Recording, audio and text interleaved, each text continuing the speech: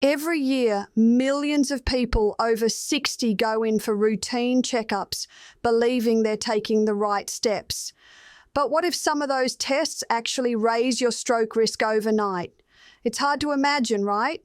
You trust your doctor and follow every instruction. Yet hidden in modern medicine are quiet dangers that no one mentions.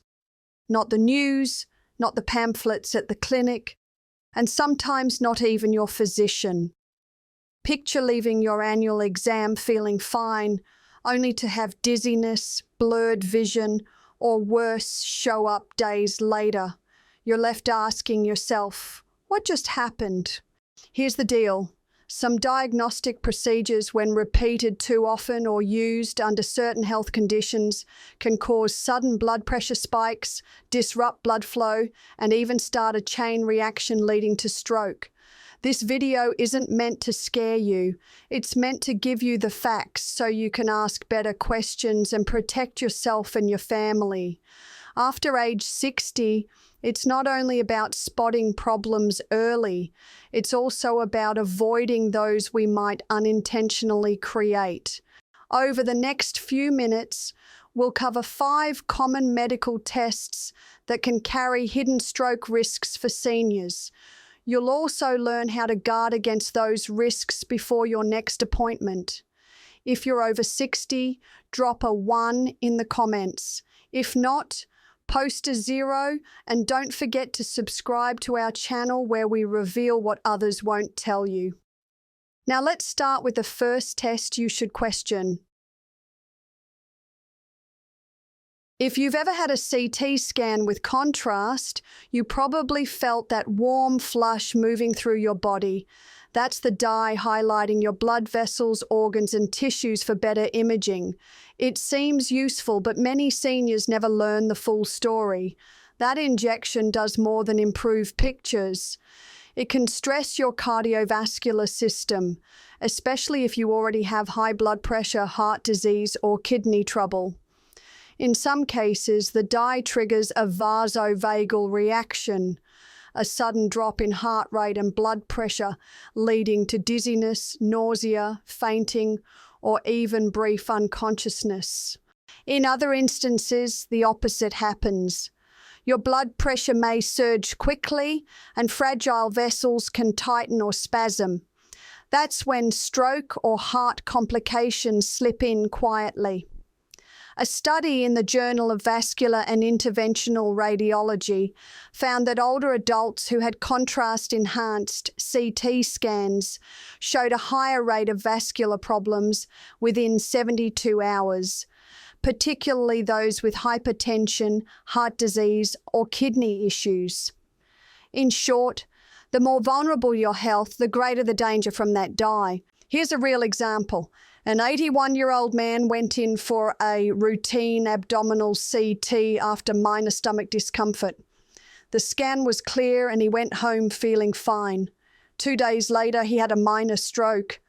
The likely cause was a blood pressure spike from the contrast injection, which led to a clot-blocking part of his brain. This doesn't mean CT scans with contrast are bad. They detect cancers, clots, aneurysms, and other life-threatening issues. The key point is that these scans need to be used thoughtfully, not ordered automatically. What can you do? Before you agree to a contrast CT, ask your doctor, is this scan essential, or is there a safer option for someone my age and health? Tell them your full history, high blood pressure, kidney disease, heart issues, past reactions to dyes or drugs, and ask, can we get this information without contrast? Often, a non-contrast CT or an ultrasound can provide enough detail without added risk. Next up is a common screening many seniors get even when they feel well, the exercise stress test. On paper, it's simple. You wear a heart monitor, walk on a treadmill, and see how your heart reacts under pressure. For a healthy 30-year-old, that's usually fine. But if you're over 60 with high blood pressure or heart issues, it can be risky. During the test, as the treadmill speeds up, your heart rate climbs, blood pressure rises, and your heart and vessels come under intense strain. For someone with weak or narrowed vessels, this can trigger harmful events: dangerous blood pressure surges, irregular heartbeats, and in rare cases, small tears in delicate vessels in the brain. A 2020 study in the American Journal of Cardiology followed over 1,300 patients over 65 who did treadmill stress tests. Nearly 7% had adverse events during the test, including blood pressure spikes and arrhythmias, with the highest rate among those with existing vascular issues. It's not just theory. Margaret from Ohio, 74, shared her story. Her doctor recommended a stress test for a routine check. Midway through, she felt dizzy and had chest tightness. They stopped immediately, but the next day she had a minor stroke. Doctors think the sudden blood pressure rise during the test ruptured a tiny brain vessel. The test didn't directly cause the stroke, but it stressed an already fragile system. So what should you do? Talk to your doctor. Ask, is there a safer way to check my heart? Often a nuclear stress test using medication or a resting echocardiogram may carry less risk. And if you have no symptoms like chest pain or breathlessness, question whether the test is necessary now or if it can wait. Next, let's look at the endoscopy, used to examine your esophagus, stomach, or colon. It's often recommended for safety's sake, and sometimes that makes sense. But if you don't really need it, especially with sedation, it could do more harm than good. Most seniors are on medications like warfarin, aspirin, or Plavix. Sedation changes your blood pressure and circulation, combined with blood thinners that raises your risk of internal bleeding or brain circulation issues that can trigger a silent stroke. In 2021, a review in gastrointestinal endoscopy found that among patients over 65 who had sedated endoscopies, there was a significant rise in transient ischemic attacks, mini strokes, within 72 hours. One case involved a 76-year-old woman who had a routine colonoscopy with sedation and no symptoms before. 2 days later, she slurred her speech and lost coordination. The ER confirmed a mild stroke. Doctors believed her blood pressure drop during sedation, along with aspirin use, created the ideal conditions for a clot to form. This doesn't mean avoiding all endoscopies, but don't agree without understanding why you need it now. If it's just been a few years, ask if there's a safer way to check. Remind your doctor about all your medications and ask, will I need to stop my blood thinner? What are the sedation risks for someone like me?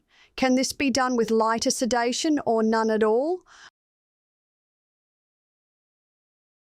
Now let's cover MRIs with contrast. MRIs show deep body structures and can prevent unnecessary surgeries. But when doctors add gadolinium dye for clearer images, caution is key, especially for older adults or anyone with even mild kidney issues. Kidneys flush out gadolinium, but after 60, kidney function slows. If you have undiagnosed chronic kidney disease or reduced function, the dye can linger.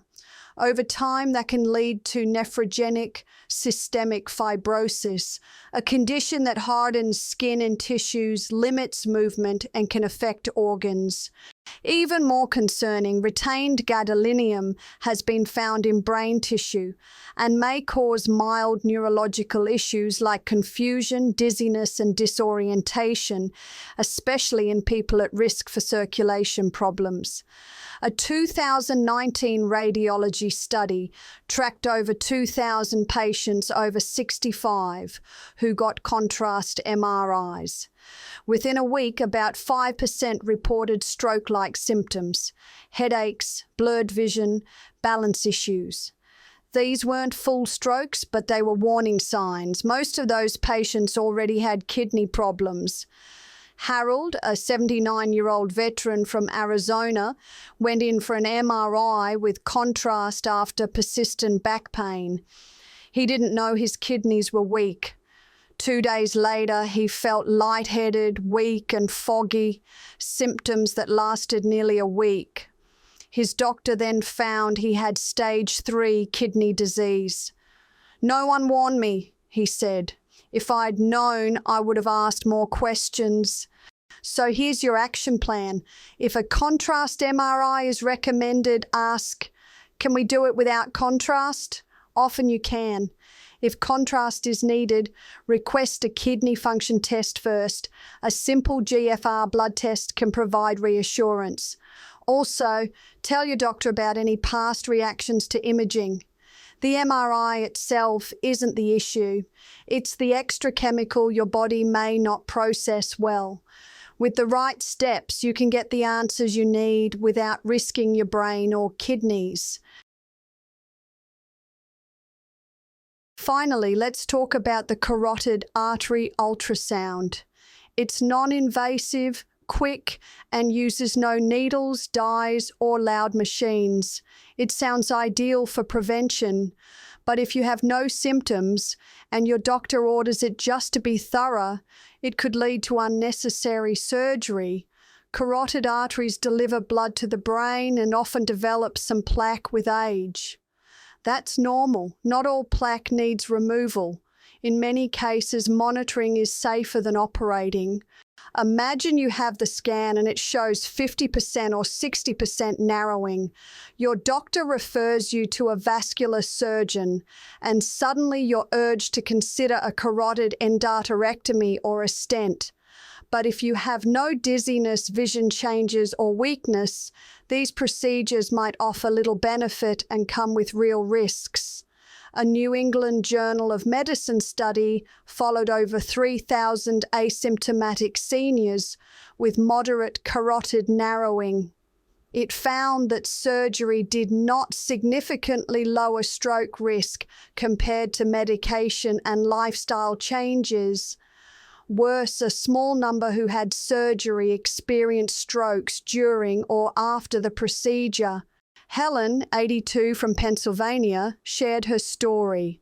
She felt fine but had a carotid ultrasound at her doctor's suggestion. It showed 65% narrowing, and within weeks she had surgery. During the operation, she had a small stroke. She survived but lives with partial weakness on her right side. "I wish I'd known that doing nothing might have been safer," she told us. So what should you do? If your doctor suggests a carotid ultrasound and you have no symptoms, ask, "What are we looking for and what will change if we find it?" Make sure you know whether the scan could alter your treatment or just raise your worry. If you're already on blood pressure meds, cholesterol drugs, and leading a healthy lifestyle, extra tests may not help.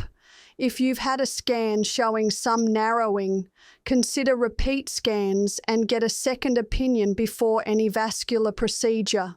To wrap up, not every test is dangerous, but not every test is needed, especially after 60. Our bodies react differently. What seems routine, like a contrast injection, sedation, or a scan, can have effects we don't expect. A single injection might spike your blood pressure. A scan could trigger a reaction. Even a simple checkup can carry risks if your system is already fragile. That's why it's so important to pause and ask questions to make sure each test fits your personal health needs, not just a standard protocol. You have the right to say, "Is this really essential?" Or, "Can we find a safer alternative?"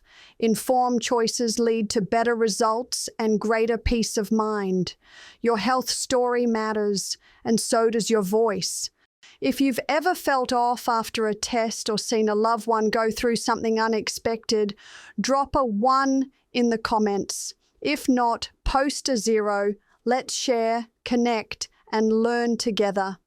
And if this video helped you feel more aware, more in control, or simply more curious, subscribe to Health 365.